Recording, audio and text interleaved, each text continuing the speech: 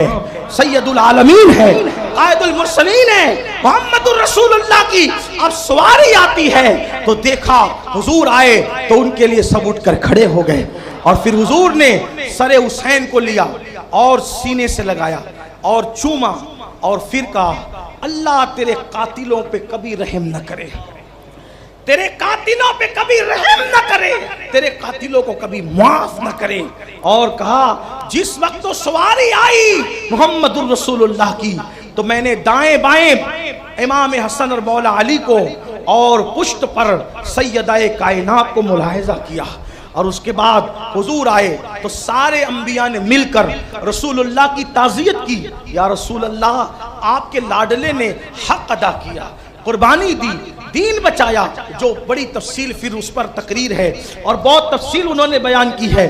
اور یہ سب باتیں کرنے کے بعد جب یہ باتیں ہو گئی انبیاء کرام رو پڑے امام حسین کا کٹا ہوا سر دیکھ کر۔ وہ کہتا ہے امام سلیمان اعمش سے، اے سلیمان اعمش، جب اللہ کے رسول کی تعزیت ہو گئی انبیاء رو پڑے تو میں نے دیکھا امام حسن آگے آئے، اور امام حسن نے آگے آ کر کہا یا رسول اللہ، نانا جان، یہ جو 70 کے 70 سب سوتے پڑے ہیں میرے حسین کے سر کی توہین کرنے والے، میری گزارش ہے ان سب کو قتل کر دو، یا رسول اللہ ان سب کو قتل فرما دیں۔ تو اللہ اکبر، حضور اکرم صلی اللہ علیہ وآلہ وسلم نے ان پر جیسے قہر کی نظر ڈالی، قہر کی نظر ڈالنا تھا کہ وہ سب کے سب ان 70 کے ان 70 لوگ مر گئے اور وہ قتل ہو گئے، ان کے جسموں سے روح نکل گئی، اور جب ان کے جسموں سے روح نکلی تو حالت یہ تھی جیسے بجلیاں کڑک رہی ہیں، جیسے بادل گرج رہے ہیں، یہ ساری چیزیں تھی۔ اور اللہ اکبر، یہی سب کچھ ہوا۔ ایسے میں جب میری باری آئی، ایسے میں جب میری باری آئی تو وہ شخص کہتا ہے اے امام سلیمان اعمش، پھر یہ ہوا، اللہ پھر یہ ہوا کہ حضور نے جب مجھ پر قہر کی نظر ڈالنا چاہی تو میں نے عرض کی یا رسول اللہ مجھ پہ رحم فرمائے، حضور مجھے معاف کر دیجئے، یا رسول اللہ مجھے معاف فرما دیجئے، آقا مجھے قتل نہ فرمائے۔ تو چونکہ اب یہ بات کہ وہ ان 70 قتل کیسے ہوئے یہ کون بتاتا، یہ بات کیسے پتا چلتی؟ ہو سکتا ہے یزیدی قصہ گڑھ لیتے کہ سو رہے تھے تو کسی نے آگے مار ڈالا، لیکن مار ڈالنے والا کون ہے، غصہ کرنے والا کون ہے، یہ بات بھی تو امت تک پہنچنا تھی۔ اس لیے حکمت کا تقاضا یہ تھا کہ ان 70 کو قتل کیا۔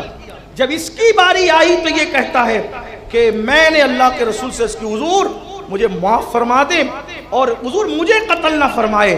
تو ایسے میں اللہ کے رسول نے، وہ خود کہتا ہے، میرا کندھا پکڑا اور کندھا پکڑ کر مجھے منہ کے بل پھینکا، تو مجھے ایسا لگا کہ جیسے میری ہڈیاں ٹوٹ گئی، اور پھر اللہ کے رسول نے اس کو کچلتے ہوئے کہا ظالم، اللہ تیری ہڈیوں کو جہنم میں جلائے گا، اللہ تجھے کبھی معاف نہیں کرے گا، تیرے لیے دوزخ کی آگ ہے، تو اللہ کی رحمت سے مایوس ہے، تو اللہ کی رحمت سے نا امید ہے، نکل یہاں سے اور مجھ سے دور ہو جا۔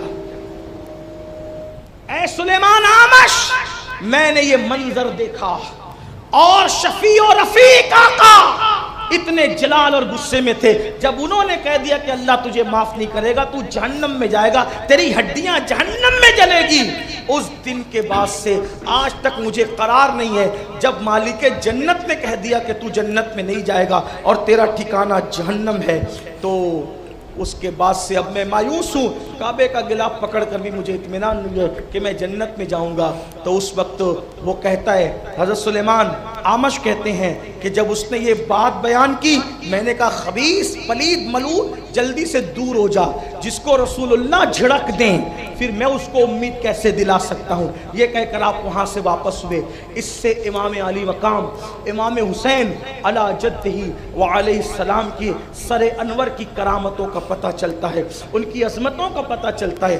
اللہ اگر توفیق دے تو امام حسین جہاں ہے، کربلا میں ہو، جہاں جہاں ان کا سر انور کی روایت ہو، بقیع شریف میں یا پھر ملک شام میں یا پھر قاہرہ میں، جہاں بھی آپ کو توفیق دے اللہ وہاں حاضری دو، کیونکہ اللہ کے رسول نے امام حسین کی بارگاہ میں حاضری دینے والوں کی مغفرت کی بشارت۔ پسند آئی تو ویڈیو کو لائک کریں۔ اب آپ کہیں گے اتنی ساری جگہ امام حسین ہے، اگر ہم حاضری دیں گے تو فیض کہاں سے ملے گا؟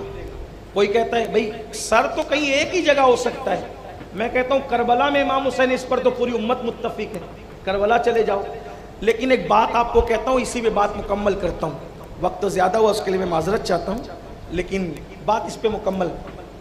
سر ایک ہے، وہ یا تو بقیع میں ہوگا، یا ملک شام میں ہوگا، یا قاہرہ میں ہوگا، یا کربلا میں ہوگا۔ جس میں اقدس تو کربلا میں پوری امت کا اتفاق ہے، لیکن سر انور کے بارے میں اختلاف ہے، ہم حاضری کہاں دیں؟ تو آئیے فتاوی رضویہ شریف کی طرف چلتے ہیں۔ یہی میرے امام عشق و محبت کی شان ہے کہ جب لوگ شک میں پڑھنے لگتے ہیں تو میرا امام یقین کا امام ہے۔ سیدہ طیبہ طاہرہ فاطمہ الزہرا کے لیے دو روایت ہے۔ کچھ لوگ کہتے ہیں جنت البقیع میں آپ کا مزار ہے، اور کچھ لوگ کہتے ہیں کہ رسول اللہ کے حجرے میں آپ کا مزار ہے۔ کچھ لوگ کیا کہتے ہیں؟